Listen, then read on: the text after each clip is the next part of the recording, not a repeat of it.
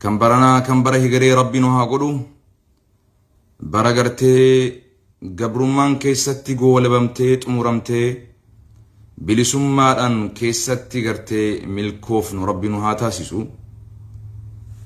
برا ولي قلتي في تقومان كينيا كيستي نوف مركناو برا بلا في بيلي كيستي نورا اتين دبم برا بيتي تينيا oromo في oromian sabni kenya في بيتي تينيا oromo في oromian لين بلسومتي ولا إسيت اللي بلسقوت سبع سبل الموت اللي بلسقوتي أكربين الرجال تتي أكربين سبحانه وتعالى مرقا وممن ربي إسي كانت دتشي أو في ترت أباتاتي تنما أصوه إنساني تقوم دان سبع سبل الموت ولي قلودان دتشي أو في ترتي متاول قبتين جان جرات ربي نها أجرسيس وربي نها تاسيسو قبرمان قيان إسي أرانتنا إرّا بودا ربي ها تاسيسو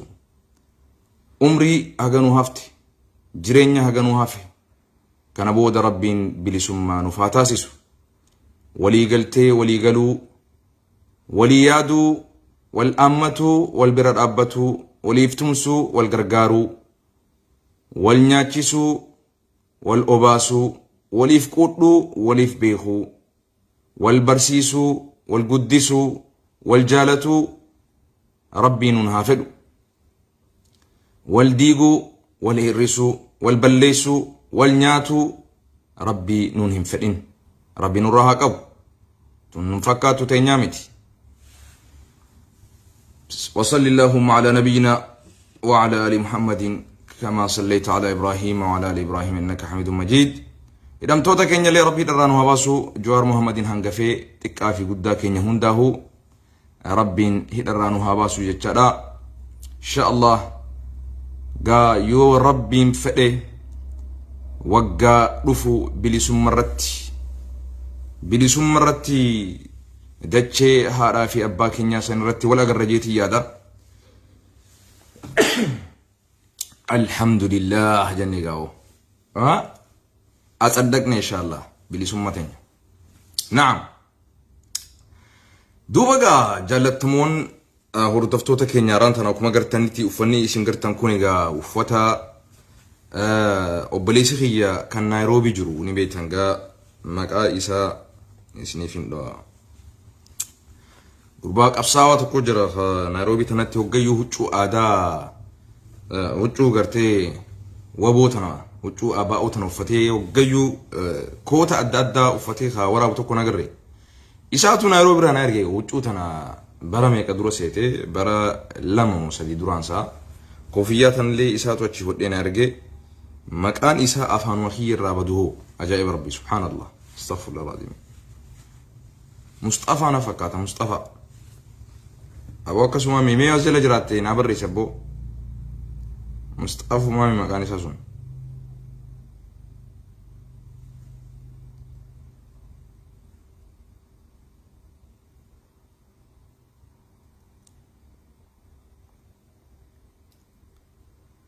سينا مي شير اللي قودا أرى دامسا كيما تكوني سيني دبر سيدي مروادا دامسا كامنا سينا غربا سنيسا جرالي ناغ راديو تنا غربا وچو تنا نايرغي نيروبي سنرا نيروبي جرا نمني سن مي نمني نيروبي نما وچو هدو سان خبيتن اوفيساتي هدا غربان سن كوتا مال وامي دودا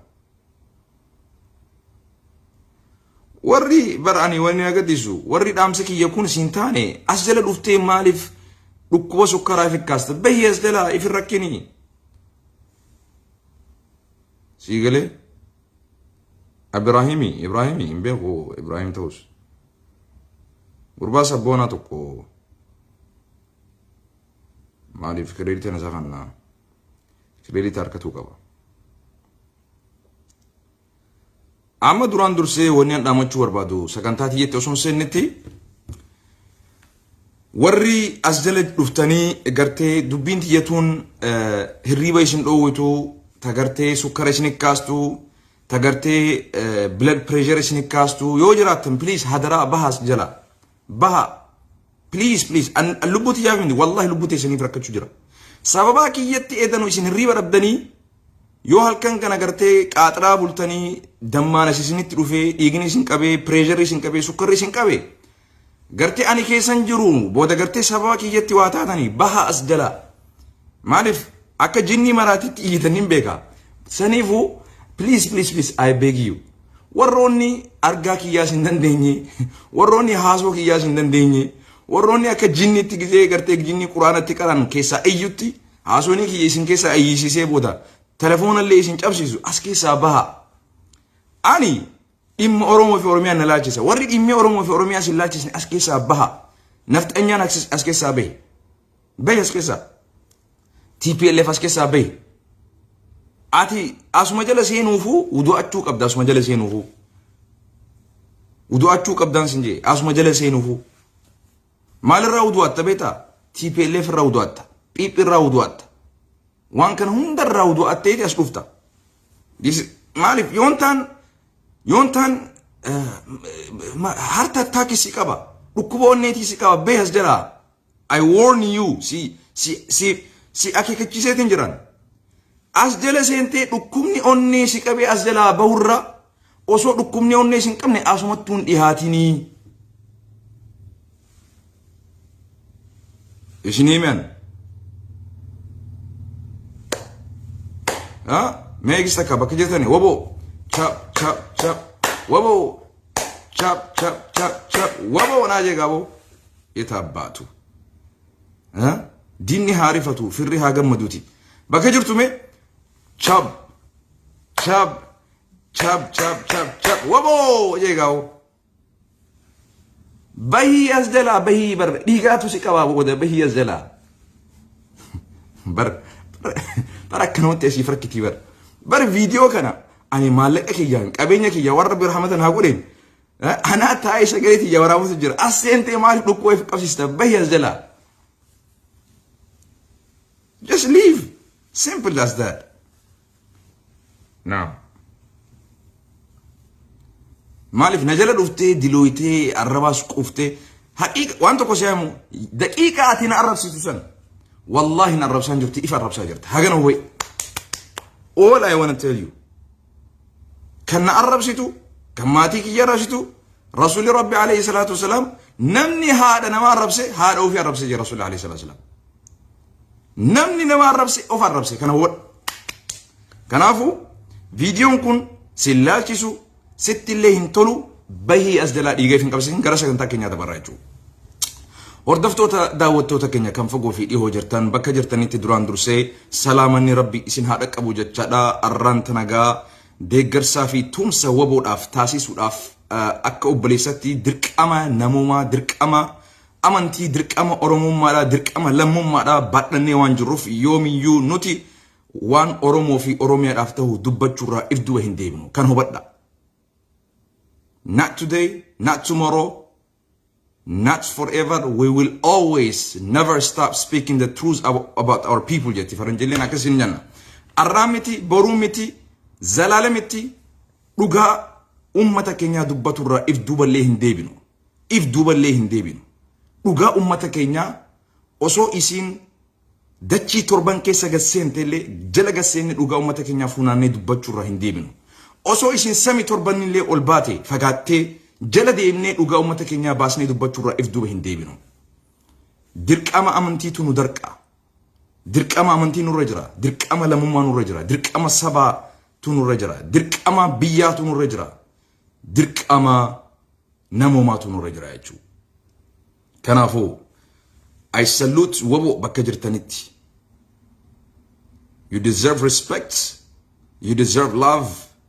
Kabajaatu simmala WABO bakka jirtutti ulfaadhu wayyoo kabajan dachiin ati irra rafaa jirtu dachiin korokonchaa dhagaan sun firaasha laafaa siif haa ta'u rasaasni kee kan diinarra bu'u haa ta'u kan firra hin xumne haa ta'u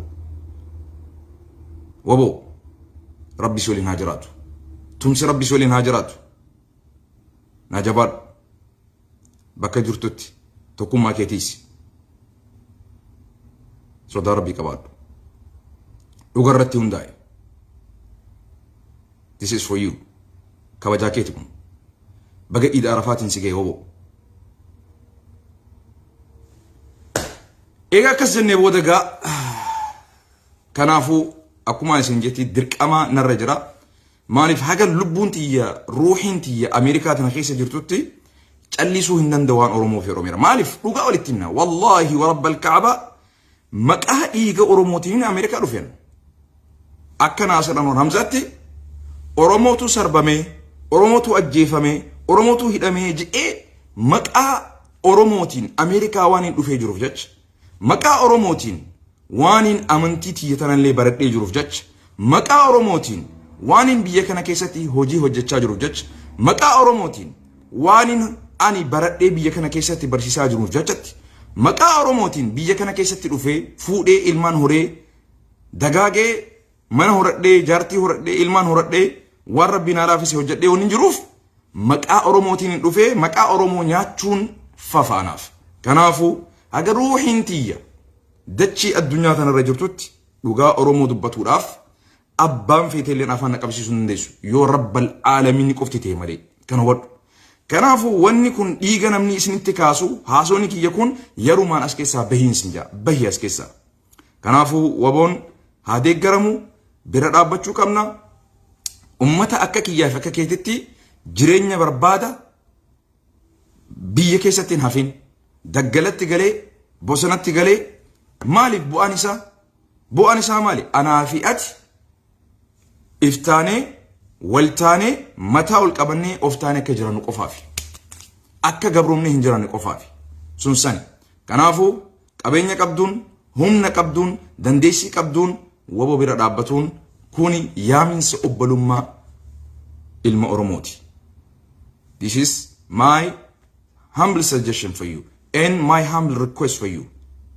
If gaqqabee akka obboleessatti akka lammitti WABO bira dhaabbadhu dhagaa ittiin darbin kana kaneensi dhaamu. Kuni ajaja nam tokkooti irraa natti hin dhufne. Gaafii nam tokkooti biraallee natti hin dhufne. Dhaggeeffadhu. Dirqama keessi kiyyaa natti dhageemeen sitti himu jira. Sun sani kaan kalammadaa hawaasni biyya keessa jirtan hireentuun hiree waloodhaan tokkummaadhaan hirriba irraa itti dammaqdanii hiree itti fayyadamtanii dhugaa teessaniif mormitan dhugaa teessanaaf falmitan alarraa teessanii ajaja tokko illee eeggatina. Namni alarraa akka Jawaar Mohammeditti asirraa isin hoogganuu taa'u inuma hin jirre. Kana dhugaa ifitti hima. Oromoo fi Oromiyaan Jawaar Mohammed qofaa miti ka isin dhalchite. Ka isin dhalte. Oromoo fi Oromiyaan fakkaataa akka Jawaar kumaantamtu biyya keessa jira.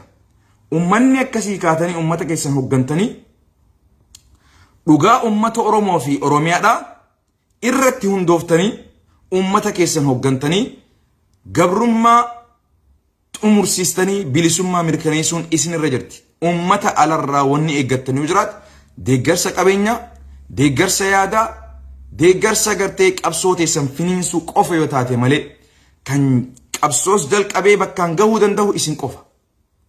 Kan gabrummaa tana rabbii gaditti xumursiisuu danda'u isin qofa. Rabbii gaditti humni ta ummataati malee ta mootummaa biyya bulchuuti miti. Mootummaan qarreerra jira. Mootummaan kufaatiin isaa ifaan ifatti bahee qarree gubbaa jira. Yoo xiqqoo akkanatti achi dhiiban qarree san seenee keessaa bahuu hin danda'u.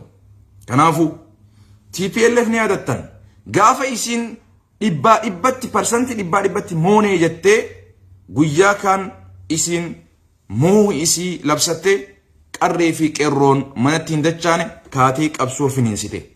Achirraahi Jawaar Mohammedis qabsoo tana gartee hoogganutti seenee abbaa itti tahee qabsoo tana qeerree fi qeerroo waliin xumurratti itti seenee jechuudha. Kanaafuu hawaasni biyya keessa jirtan hawaasni biyya keessa jirtan dammaqinsan waloodhaan tokkummaadhaan gabrummaa tana irraa saaquudhaaf yoo bakka takkaa kaatan hireen isii amma hireen tun isin hin dabrin kan sadaffaa qabsaa'ota takkamoo waraana oromoodha ifi poolisiin oromoodha hadaraa rabbi nun salphisina jarana oromoo fi oromiyaa irra taa'atii biyya teessan eeggadha biyya namaa dheexanii ajjeefamtanii salphattanii booji'amtanii hidhamtanii taa osoo isin jennu diddanii kaatanii harka diinatti buutan jechuudha. Kan isin irraatiisuuf deemtan diina keessan. Kan isin loluuf deemtan diina keessani. Lamaanuu diina keessani. TPLFs diina keessani. Nafxanyonninis diina keessani. Lamaanuu diina keessani. Kaayyoo loltaniif illee waan hubattan ittiin fakkaatu. Nullee dhageeyaa hin jirtan. Maqaa Oromootillee nyaachaa jirtan. Nullee salphisaa jirtan. warroottan biyya keessatti haftan poolisoonni waraanni makkalaakiyaan kanarraa barattanii of qusattanii humna teessanii fi dandeettii teessan gara xumura gabrummaa ummata Oromoorraa xumuruudhaaf gabrummaa kanatti osoo xiyyeeffattan gaarii jeetii yaada. Kanaafuu ummatatti gaddeebi'a ummatatti makama. Mootummaan Phiphiidha yeroo ammaa tana keessatti mootummaan Phiphiidha yeroo ammaa tana keessatti hafuura baafatuudhaaf xiqqaashoo malee waan takka hin qabu hafuurri keessaa dhumaa jira. Akka guutuu addunyaatti kufaatii guddaa keessa seenee jira. Mootummaan Itoophiyaadha kufuu keessaa kan dabreen imbaasii Minisootaatti illee cufee jira jechuudha. Oogast 15 irraa jalqabee imbaasiin konsularri kan Itoophiyaadha kan Minisootaa keessa jiru. Konsularri Itoophiyaadha kan Minisootaa keessa jiru. Oogast 15 irraa shaantaa isaa fudhatee gara Booleetti imalaa jira. Konsularri Itoophiyaa kan Minisootaa keessa jiru. Asirraa kabajaadhaan nuti kadhannee dadhabne ammaan tanamoo dirqiidhaan osoo hin jaalannetti hojii dhaabsifamee Minisootarraa gara biyya isaatti godaanaa jira jechuudha. Kuni salphina guddaadha isaaniif. Oromoodhaaf kun injifannoo guddaa. Alhamdulillah warri diasporaa jiran, warri biyya keessa jiran, warri ala jiran, warri biyya keessaatis galatooma isin jenna. Uummanni kun nu dhageeyuu didan. Isin dhageeyuu didan. Abbootii gadaa dhageeyuu didan. Abbootii amantii dhageeyuu didan. Imbaasii san dura dhaabbannee nuti kabajaadhaan kaleessa kadhachaa turre. Jarana mootummaa kana dogoggoratti isin oofaa jira. Jireenya keessan kan addunyaatti illee balleessaa jirtanii. Jarana hawaasatti gaddeebi'a waan biraa yoo dadhabdan nuti wal fara isinii banna jenneen mootummaa Ameerikaa kadhannee takkaamoo nuti maallaqa walitti baasnee sadaqaa walitti isinii buusnee Ameerikatti isin jiraachisna. Soba mootummaa Itoophiyaa kana deeggaruudhaaf karabaata uffatanii imbaasii Itoophiyaa keessa hojjechina jettanii hin kijibnaa jechaa turreen. Mootummaa Phiphi jechuun mootummaa kijibaadha. Mootummaa soba malee dhugaa hin beekne. Mootummaa nama nyaatu malee hawaasa nyaachisuu hin beekne. Mootummaa Phiphi jechuun mootummaa afaan guuttatee onnee isaa dhootaa mataa ol qabataa kijibaan gartee dhaaddatu. Dheengadda waan baacaan jedhanii yaadattan. Waraana Itoophiyaadhaa kan warri Tigraay booji hawaasni bilisummaa Tigraay baasuudhaaf booji kun kijiban hun jedhe jechuudha. Nama kumaantamiin lakkaa'u makiinaadhaan fi'anii dillisuun akkamitti booji'ama rabbi sodaadhaati. Ummata keenya namoonni nagee qabdan biyya tana yoo waraanaa fi mootummaa Phiphi irraa rabbi isin dandeessee harkaa fuutan malee kufaatii guddaa mootummaan TPLF mootummaan Tigraay hogguu lama nurratti bilisoomee jira. Hogguu sadaffaa akka nurratti hin bilisoomne hadaraa rabbi horii biyya keessa jirtan dammaqinsan ka'a. Mootummaan Tigraay hogguu lama nurratti bilisoomee jira. Osoo nuti amata 50 ol bilisummaa tanaaf dheebonnu dhumaa jirru.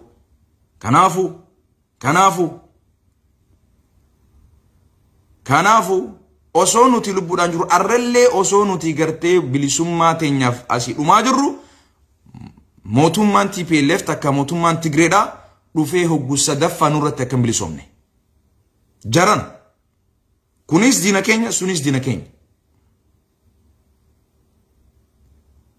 Kanaafu dammaqiinsaan ummanni Oromoo waloodhaan kan biyya keessa jirtan ajaja alaa osoo hin eeggannetti diasporaan qabeenyaan yaadaan isin bira dhaabbachuu dandeenya. Qabsoo isin jalqabdan achi isiniif finiinsuu dandeenya malee qabsoo teessan asirraa achitti hoogganuu hin dandeenyu. Kana waddaa namni qabsoo achi keessaa wal masakee wal dhagahee wal jala deemuudhaan qabsoo san finiinsee bakkaan ga'uu danda'u isin qofa. Dhugaa keessan godni nama keessa jiruuf ifa waan jettu Oromoon namni qabsoo tana galmaan ga'uu danda'u isin qofa. Mootummaan Itoophiyaadhaa phiphiin kufaatii guddaa keessa seenee jira. Kasaaraa guddaan imbaasii 30 ol kan ala jiru cufsiisuudhaa kanaa olii hin jiru beeki. Oromoo mootummaan Itoophiyaa waan ati boru nyaatullee si dhabsiisu jira. Waraanni kun ni dhuma. Waraanni kun gaafa dhume wal nyaatuun hawaasni deebi'ee wal balleessuun isaa waan hin oolamneef ammaan tana daddattanii waboo bira dhaabbatuun waboo gargaaruun waboo utubuun waboo jiraachisuun akka malee Oromoo fi Oromiyaadhaaf barbaachisaa. Akka malee plan N yoo fashalle plan B dhaan fashaluu hin qabnu. Plan N Oromoo fi Oromiyaan dammaqiinsaan waloodhaan tokkummaadhaan kaatanii falmattanii mormii teessan karaa nagayaatiin itti fufsiisu. Karaan kun fashalee jennaan waboon utubamuun, waboon deeggaramuun, waboon tumsamuun dirqama keenya Oromoo fi Oromiyaa baraaruudhaaf. Oromoo fi Oromiyaan arraan tana waraan inni qabu waboo qofa. So plan N ummanni Oromoo bakka takkaa dammaqee ka'aa yoo hin jiraanne. That's our first plan, plan A. Karoorri keenya kan jalqabaa karaa nagayaatiin qabsoo teenya itti fufu. Karaa nagayaatiin mormii teenya itti fufu. Karaa nagayaatiin ummata hidhaa jiru hidharraa baasisuu danda'u. Karaa nagayaatiin karaa dippiloomaasiitiin itti fufu. Garuu yeruma hundaa'u qabsoo gisee gaggeessitu waan ittistullee qabaachuu qabda.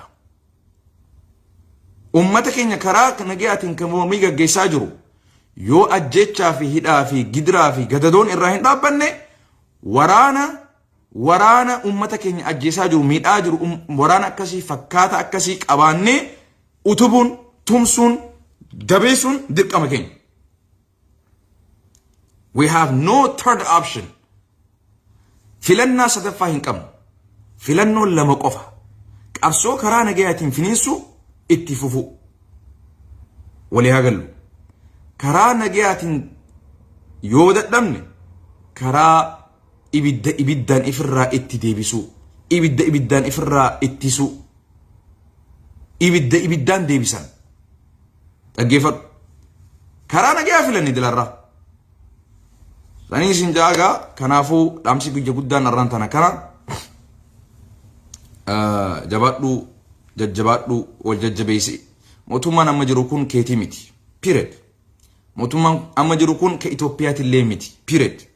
Mootummaan amma jiru kun mootummaa maafiyaadha. Mootummaa gaangistara. Mootummaa garaa isaa guuttatu malee waa takka illee wanni hin jenne. Kanaafuu dhaamsi irraa maayyii immoo warroottan bishaan Abbayaa bishaan guunnee jirraa akkana goonee jirraa mixirqeshoo goonee jirraa akkana horii jettanii gammadaa jirtan. I'm very sorry for you. Hedduu nama gaddisiista.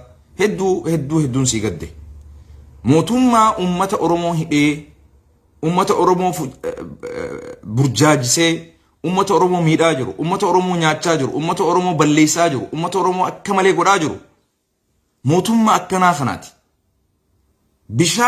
Bishaaniif isa dinqisiifachuun gabbaatee ummata inni hidhaa jiru ummata ajjeesaa jiru irraa rakkoo dhaabi jechuun sitti ulfaattee bishaan inni akkana godhe jettee gizee gabbaatee barreessitu gizee gammaddu footoo bishaaniifaa gizee maxxansitu.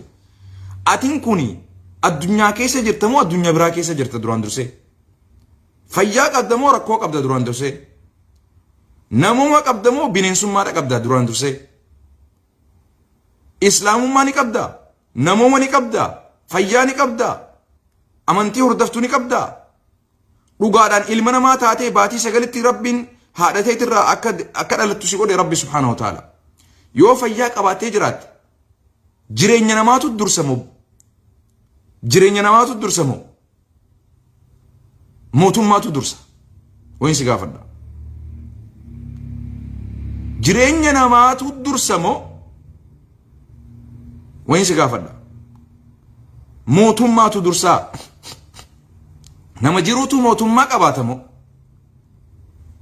qoy jechuun mee akkitti yaaddunaa himiga mee akkumatti yaaddunaa himi mootummaa ummata ajjeesaa jiru mootummaa ummata hidhaa jiru mootummaa ummata keessaamaa jiru mootummaa akkasii akkamitti faarfatta mootummaa akkasii akkamitti faarfatta callisuun keessi hin caalu maaliif seenaa keessatti bakka hamaa if keessa very sad ay kanaafuu ani hin beeku mootummaan kun waan isin nyaachise mootummaan kun waan isinii kenne takka kenniin isin fudhattan buna dhuguu dhabuuni maltan yeroo waan san barreessitan takka yeroo waan san dubbattan kanaafuu please yoo buna dhabiinsa akkas taatan buna dhugaatii Facebook itti rool baha malee osoo buna dhugne waliin beena bishaan mootummaan akkana nu godhe yettee mootummaa dinqisiifattee numa rabbiidhaaf galata naa galchita azaba keessa teesseeti mootummaa azaba keessa si kaa'ee ummata kee namni hidhaa jiru kun obboleeyyan keetii miti haadha keetii miti intala keetii miti obboleessa keetii miti abbeeraa keetii miti adeera keetii miti eessuma keetii miti habooteetii miti addaaddateetii miti kaman hidhaa keessa jiru manni hidhaa Itoophiyaa bar afaan Oromootiin bar achi keessatti bar afaan Oromootii gaggeeffamaa bira wanni hundinuu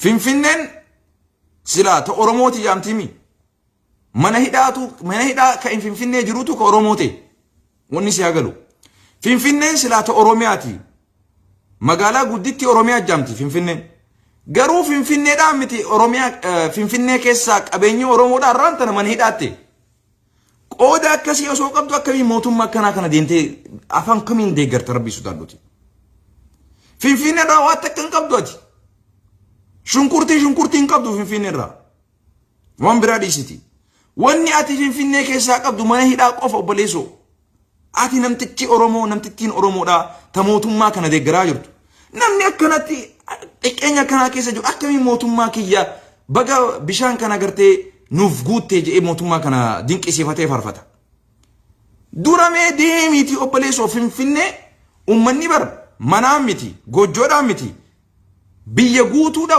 waliif dabarsaa jira ormi ati immoo mana hidhaadha wal dhaalchisaa jirta Finfinnee keessatti billaa alayk xiqqeenyi kanaa olii eessa jira obboleessoo Finfinneen ta Oromiyaati jettan Finfinneen magaalaa gudditti Oromiyaati jettan Finfinnee keessaa wanti isin qabdan immoo mana hidhaa qofa Finfinnee keessaa shunkurtiin qabdan shunkurtii mana hidhaa qofa qabdan afaan guutuudhaan meeqa biraa sabni biraa mootummaa kana haa dinqisiifatu yoo barbaade sabni biraa mootummaa kana haa faarfatu ati kan Oromoo kan keessattuu laa ilaaha illallah jettu kun haganallee xiqqoo haa xiinxaluu waa hubatu wallaalte rabbii sodaadhaati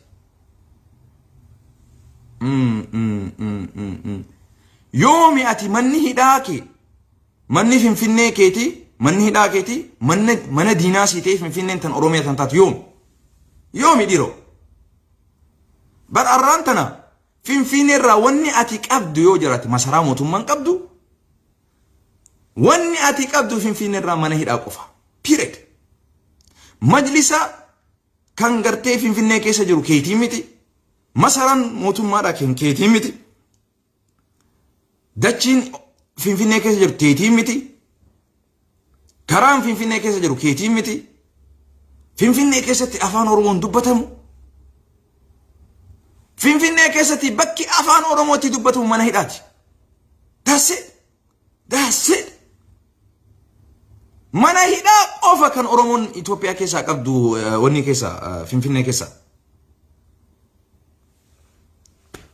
very sad keessi kiyya madaadha yeroon akkana isin jedhu kana keessaa bahuu nama dadhabeetu alhamdulillah mootummaan Itoophiyaa kunno bishaan Abbayyaa nu guutee jirata are you okay my brother Are you okay? Obboleessa kiyya kana waliin dhalattee illee taatu fayyaa qabdaati moo itti dhihaatte? Fayyaa qabda moo itti dhihaatte qoy? I'm very sad. Wallahi edduun sii gadde abbo. Very sorry. How come? Mali siyaasaan ati takkaammoo malli ati kijibdee jiraattuuf kan ummanni keenya moo dhumaa jiruuf?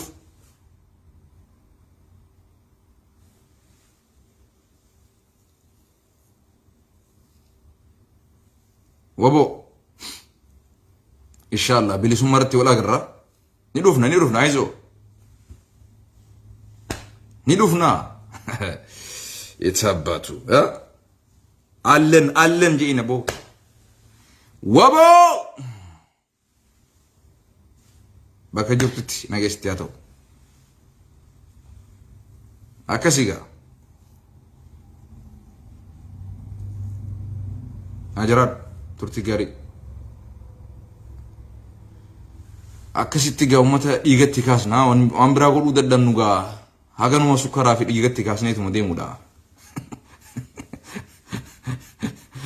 As jala iyyitee maraattee qottee bar haganuma obsuu dadhabdeeru kofiyyummaan kunu qoricha budaati bar kofiyyummaan kun qofti nuu siif gaadha bar nama kofiyyaan kun iyyisiisu waan biraatiin maal jettaati kofiyyaan kun isi iyyisiisu.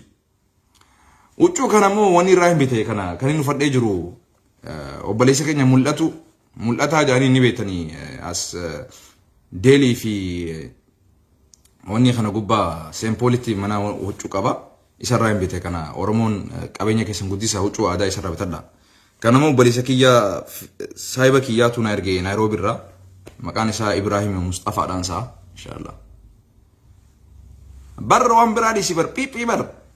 Kofiyyuma tanaatu bar isi iyyisiisaa bar ni iyyiti bar amma Facebook irratti ilaal olii fi gad gootee bar kofiyyaa tanatan irraa maraattee bar qoricha budaatiin sin jee gartaa laal ija teessan ta ijaan nama dirtan san gartee summii saniif dawaadha tun summii saniif illee dawa. Rabbi isin haa qajeelchu isin abaaruu dhiiseetiin jira Rabbi isin haa qajeelchu wallaala keessa jirtan kana keessaa Rabbi isin haa baasu xiqqeenya isin keessa jirtan kana keessaa Rabbi isin haa baasu. Kanallee irratti isin dabalawno ይህም ይሁንላችሁ ማልጋ ማለርዋት ሜጢ ቆሜ መራዱ ሜ ጂኒን ሲከሰ ጅርሱና ኢይቱ ኢይደም ናም namni fayyaa qabu qofaatu asseena namni fayyaa hin qabne baas jala maaliif warri dhukkubsatu yoo seene oo kana argu ni maraata keessaa iyyitire qoricha budaa agartee qoricha budaati kunilleen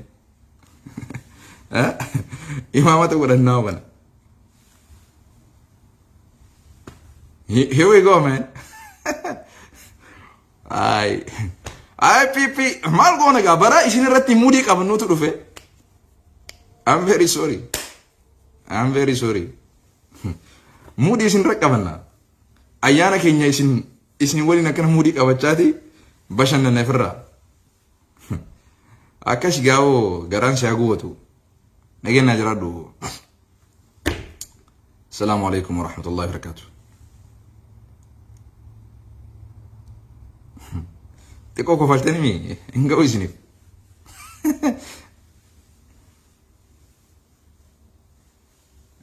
Niga mongo, ning de magafara nigati.